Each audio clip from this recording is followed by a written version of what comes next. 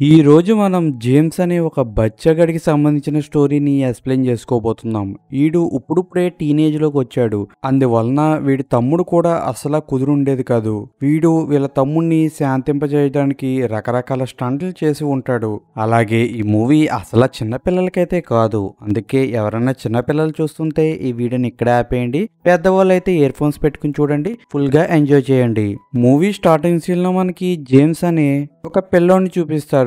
ఈడు ఎక్కువగా బిట్లుండే ఒక మూవీకి వెళ్ళి ఆ మూవీని చాలా ఇన్వాల్వ్డ్ గా చూస్తూ ఉంటాడు. చివరికి బుడ్డోడైతే కనురెప్ప కూడా వేయడు. ఎందుకంటే రెప్పేస్తే ఏ బిట్ వెళ్ళిపోద్దా అన్నట్టు. ఈడు ఇంత ఇన్వాల్వ్డ్ గా చూస్తూ ఉంటేని వీడి పక్కకి ఒక ఆంటీ వచ్చి కూర్చుంటుంది. ఆ ఆంటీ కుదురుండకుండా తన చేతిని ఈ జేమ్స్ గడి తమ్ముడిపై పెడుతుంది. ఇంకా ఈ జేమ్స్ గడి తమ్ముడు యాక్టివేట్ అయిపోతాడు.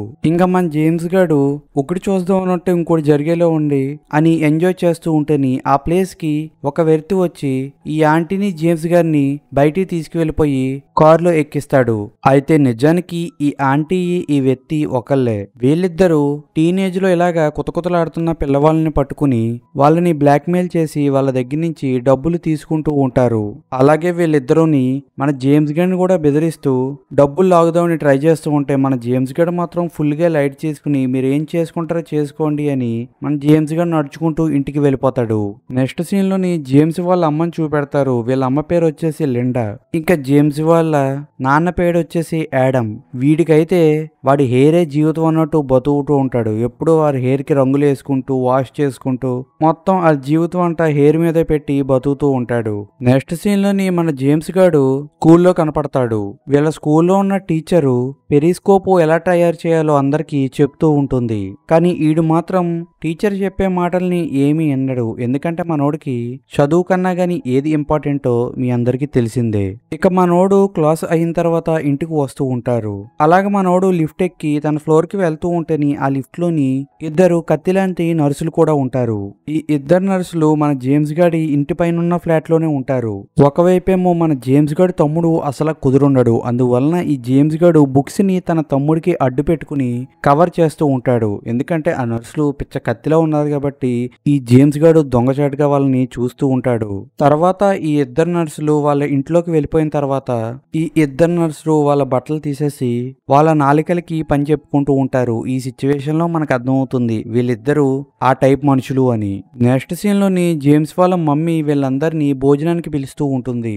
ఆ సమయంలోని జేమ్స్ వాళ్ళ ఫాదర్ ఆ మిడ్ నైట్ కూడా సూట్ వేసుకుని ఒక మోడల్ లాగా టీవీని చూస్తూ ఉంటాడు. తర్వాత రోజు మార్నింగ్ ఈ యాడమ్ గాడు ఎప్పుడులాగే సెలూన్ కి వెళ్ళిపోతాడు. ఇంకొక వైపేమో మన జేమ్స్ గాడు స్కూల్ కి వెళ్లి టీచర్ చెప్పిన ప్రాజెక్ట్ చేయడానికి సామానం కొనుక్కుంటాకి మార్కెట్ కి వెళ్తాడు. ఇక షాపింగ్ అంతా అయిపోయిన తర్వాత మనోడు ఇంటికి వస్తూ ఉంటే లిఫ్ట్ లో మళ్ళా ఇద్దరు నర్సులు కనపడతారు. అలాగే ఈ నర్సుల పేర్లు వచ్చేసి జూలీ ఇంకా జాయ్. అయితే ఈ లిఫ్ట్ లోని జూలీ తన లిప్స్టిక్ ని సెట్ చేసుకుంటూ అద్దంలో చూసుకుంటూ ఉంటుంది. ఒకవైపేమో మన జేమ్స్ గాడు జూలీని అలాగే చూస్తూ ఒక్క ఛాన్స్ ఇస్తే ఆ లిప్స్టిక్ కి నేను మాయం చేసేస్తాను అన్నట్టు ఊహించుకుంటూ ఉంటాడు. నెక్స్ట్ సీన్ లోనే మన జేమ్స్ గాడు టీచర్ చెప్పిన సైన్స్ ప్రాజెక్ట్ ని చేయడం మొదలు పెడతాడు. ఇంకొక వైపేమో 5th ఫ్లోర్ లోని ఈ ఇద్దరు నర్సులని వాళ్ళు యుద్ధం చేయటం మొదలు పెట్టేస్తారు. ఆ సౌండ్లన్నీ కిందున్న జేమ్స్ గాడికి వినపడుతూ ఉంటాయి. ఇంకా ఈ జేమ్స్ గాడు ఆ సౌండ్లని ఇంకా క్లారిటీగా వినడానికి తన రూమ్ లో ఉన్న లైట్ ని కట్టేసి 5th ఫ్లోర్ కి చెవును పెట్టి వింటూ ఉంటాడు. కరెక్ట్గా అదే సమయంలోని అక్కడికి జేమ్స్ వాళ్ళ మమ్మీ అయిన లిండా వచ్చేస్తుంది. లిండా జేమ్స్ అలా చూసి నువ్వేం చేస్తున్నావు అని అడిగితేని జేమ్స్ గాడు లైట్ పని చేయటం లేదు అందుకే పైకెక్కి చూస్తున్నాను అంటేని లిండా లైట్ ని ఆన్ చేస్తుంది. అప్పుడు ఆ లైట్ వెలుగుతుంది. ఇంకా జేమ్స్ గాడు ఏం చెప్పాలో తెలియక కవర్ చేస్తూ ఉంటేని లిండా ఎలా అంటుంది, ఒరే నువ్వు చేసే పనులన్నీ నేను ఎప్పుడో చేసి పండిపోయి ఏజ్కి వచ్చాను, అలా చేయటం ఆపే ఇంకా అని లిండా జేమ్స్ తో అంటుంది. ఇంకొక వైపేమో మన యాడమ్ గాడు తన నెత్తికి సిల్వర్ పేపర్లని చుట్టుకుని బాత్రూమ్ లో కూర్చుని ఉంటాడు. కరెక్ట్గా అదే ప్లేస్ కి లిండా వస్తుంది. లిండా యాడమ్ తో అంటుంది, నువ్వు నీ హెయిర్ మీద పెట్టే కేర్ ఏదో నా బాడీ పైన పెట్టుంటే ఈ పాటికి ఇంకో 2-3 పిల్లలు పుడుదురు అని అంటూ ఉంటుంది. తర్వాత రోజు లిండా తన పని మనిషిని తీసుకుని షాపింగ్ కి వెళ్లి అక్కడ చాలా సామానాన్ని కొని తన పని మనిషికి ఇచ్చి తన పని మనిషిని ఇంటికి పంపించేస్తుంది. తర్వాత లిండా ఆ పక్కనే ఉన్న కారులోకి ఎక్కుతుంది. అయితే ఈ కారులో ఉన్నది మరి ఎవడో కాదు మన యాడమ్ గాడి బెస్ట్ ఫ్రెండ్. అలాగే అలాగే వీడి పేరు వచ్చేసి డిమిట్రీ. అయితే ఈ డిమిట్రీకి లిండాకి మధ్యన ఒక మంచి కప్లింగ్ మేట్ అడదాడు మ్యాటర్ ఉంటుంది. ఈ డిమిట్రీ గాడు లిండా కార్ ఎక్కగానే తన చేతులకి పని చెప్దామని అనుకుంటాడు. రెచ్చిపోతూ ఉంటేనే ఆ కార్ డ్రైవర్ అలాగే వీళ్ళిద్దరిని చూడటంతో ఇంకా వీళ్ళిద్దరూ ఆ కారులోని కప్లింగ్ మేట్ అడదడ అవ్వకుండా కంట్రోల్ అవుతారు. తర్వాత వీళ్ళిద్దరూ ఒక హోటల్ కి వెళ్తారు. అక్కడ వీళ్ళిద్దరూ భారీ కప్లింగ్ మీద దడదడే చేస్తారు. అంతా అయిపోయిన తర్వాత డిమిట్రీ గాడు లిండాకి కొన్ని డబ్బులు ఇస్తాడు. ఎందుకంటే లిండా దగ్గర అసలు డబ్బులే ఉండవు. ఎందుకంటే మన యాడమ్ గాడు లిండాకి ఖర్చులకు కూడా డబ్బులు ఇవ్వడు. ఇక లిండా కూడా ఆ డబ్బులు తీసుకుంటుంది. ఇక్కడ లిండాకి రెండు రకాలుగా లాభం.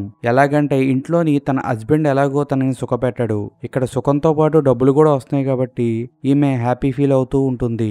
తర్వాత లిండా బయటకు వచ్చిన తర్వాత ఒక షాప్ లోని ఒక జాకెట్ ని చూస్తుంది.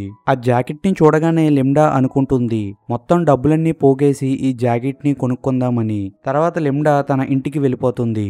అప్పుడే లిండాకి తెలుస్తుంది మన యాడమ్ గాడు షేర్స్ మీద సరిగ్గా జాస పెట్టనందువలన షేర్స్ అన్ని మన డిమిట్రీ గాడి చేతిలోకి వెళ్ళిపోయినాయి అని తెలుస్తుంది. ఒకవైపు మన జేమ్స్ గాడు టీచర్ ఇచ్చిన పెరిస్కోప్ ప్రాజెక్ట్ ని కూడా కంప్లీట్ చేసేస్తాడు. తర్వాత ఆ పెరిస్కోప్ ని టెస్ట్ చేయడం కోసం పై పోర్షన్ లో ఉన్న ఆ నర్సుల రూమ్ లోకి ఈ పెరిస్కోప్ ని పెడతాడు. కరెక్ట్గా అదే సమయంలోని వాళ్ళిద్దరూ వాళ్ళ నాలుకలి పని చెప్తూ ఫుల్ గా ఎంజాయ్ చేస్తూ ఉంటారు. ఇంకొక వైపు కింద మనోడు తమ్ముడు కూడా యాక్టివేట్ అవుతుంతో మనోడు కూడా సెల్ఫ్ సాటిస్ఫై అవుతూ ఉండగాని మనోడు తమ్ముడు జిప్ లో ఇరుక్కుపోతాడు. ఆ దెబ్బకి మనోడు పెయిన్ తోని చాలా గట్టిగా అరుస్తూ ఉంటేని వీడి రూమ్ లోకి యాడమ్ అలాగే లిండా వచ్చేస్తారు. ఇంకా వీళ్ళిద్దరూ పైనున్న జోయ్ ని పిలిపించి మనోడు తమ్ముడిని జిప్ లోంచి బయటికి తీయమని అంటారు. ఇంకా జోయ్ కూడా వచ్చి మనోడు తమ్ముడిని ఏదో ఒకలాగా ఆ జిప్ నుంచి బయటికి తీసేస్తుంది. అలాగే జోయ్ మనోడు తమ్ముడికి ఫ్యాన్ అయిపోతుంది. ఇంకా జోయ్ మనోడు తమ్ముడు గురించి జోలీకి కూడా చెప్తుంది. ఈ సిచ్యువేషన్ లోని జోలీ కూడా అనుకుంటుంది ఆ తమ్ముడిని నేను కూడా చూడాలి అని. అయితే తర్వాత రోజు నుంచి మన జేమ్స్ గారు డైలీ ఆ ఇద్దరు నర్సులు పనిచేస్తున్న హాస్పిటల్ దగ్గరికి కూడా వెళ్ళిపోయి వాళ్ళని ఫాలో అవుతూ ఉంటారు.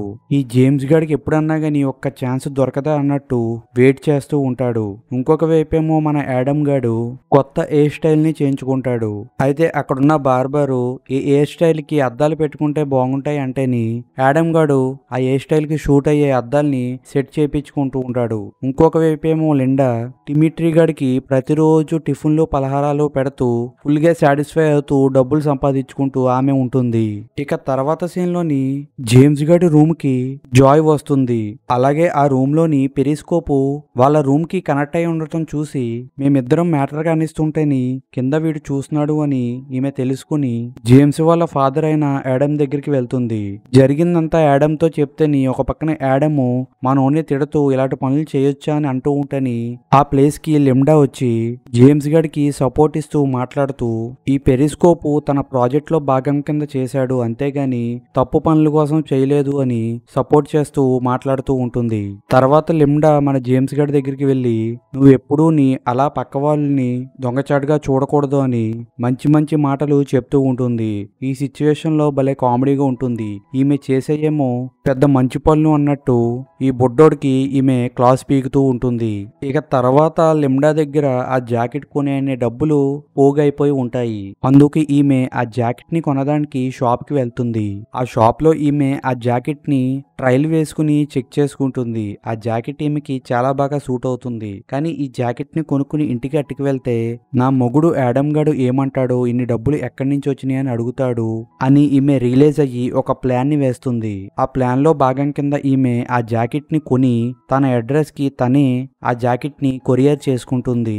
ఇంటికి వచ్చిన తర్వాత ఆ జాకెట్ లాటరీలో తగిలింది అని చెబుదామని అనుకుంటుంది. నెక్స్ట్ సీన్ లోని మన జేమ్స్ గాడు లిఫ్ట్ లో వస్తూ ఉంటేని ఆ లిఫ్ట్ లో జాలీ కూడా ఉంటుంది. అప్పుడు మన జేమ్స్ గాడు లైట్ గా తన వేల్ని జాలీకి తగిలిస్తూ ఉంటాడు. ఇంకా జాలీ కూడా మా రూమ్ కి వచ్చి అని జేమ్స్ గాడికి గ్రీన్ సిగ్నల్ ఇచ్చేస్తుంది.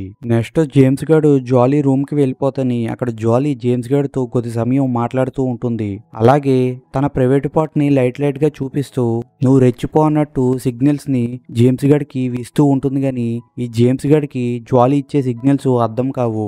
అలాగే వీళ్ళిద్దరూ చాలా సేపు మాట్లాడుకుంటాడు గాని మన జేమ్స్ గడికి వచ్చేసరికి జాలీ తన దగ్గర నుంచి ఏం ఎక్స్పెక్ట్ చేస్తుందో వీడు అర్థం చేసుకోకుండానే వీడు ఇంటికి వచ్చేస్తాడు.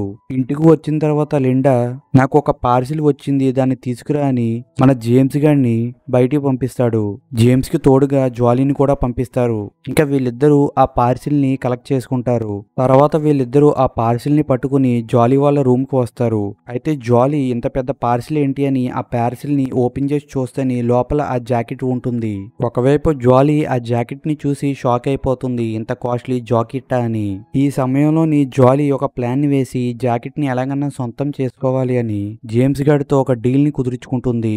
ఈ జాకెట్ నాకు ఇచ్చే, దానికి బదులుగా నా పూర్తి బాడీని నీకు ఇచ్చేస్తాను, నీకెంతసేపు కావాలంటే అంతసేపు ఎంజాయ్ చేయని మంచి ఆఫర్ ని జేమ్స్ గారికి ఇస్తేనే జేమ్స్ గారు కూడా ఎప్పటి నుంచో ఈ ఛాన్స్ కోసమే వెయిట్ చేస్తున్నాడు కాబట్టి ఆ ఆఫర్ ని యాక్సెప్ట్ చేస్తాడు. ఇక మన జేమ్స్ గారు స్వర్గాన్ని అనుభవిస్తూ ఉన్నప్పుడు ఆ ప్లేస్ కి జాయ్ కూడా వచ్చేస్తుంది.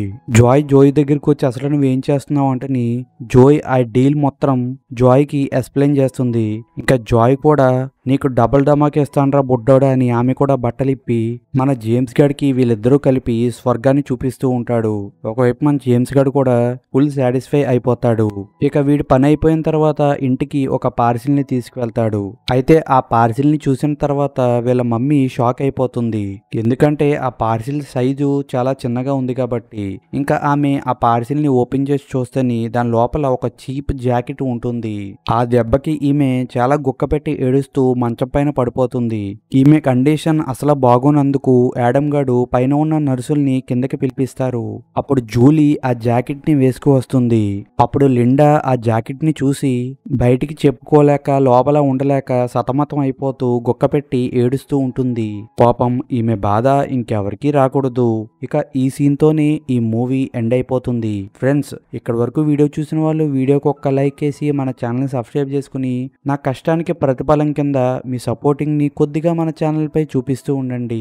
నేను కూడా మంచి మంచి వీడియోలు మీ ముందుకి తీసుకొస్తూ ఉంటాను.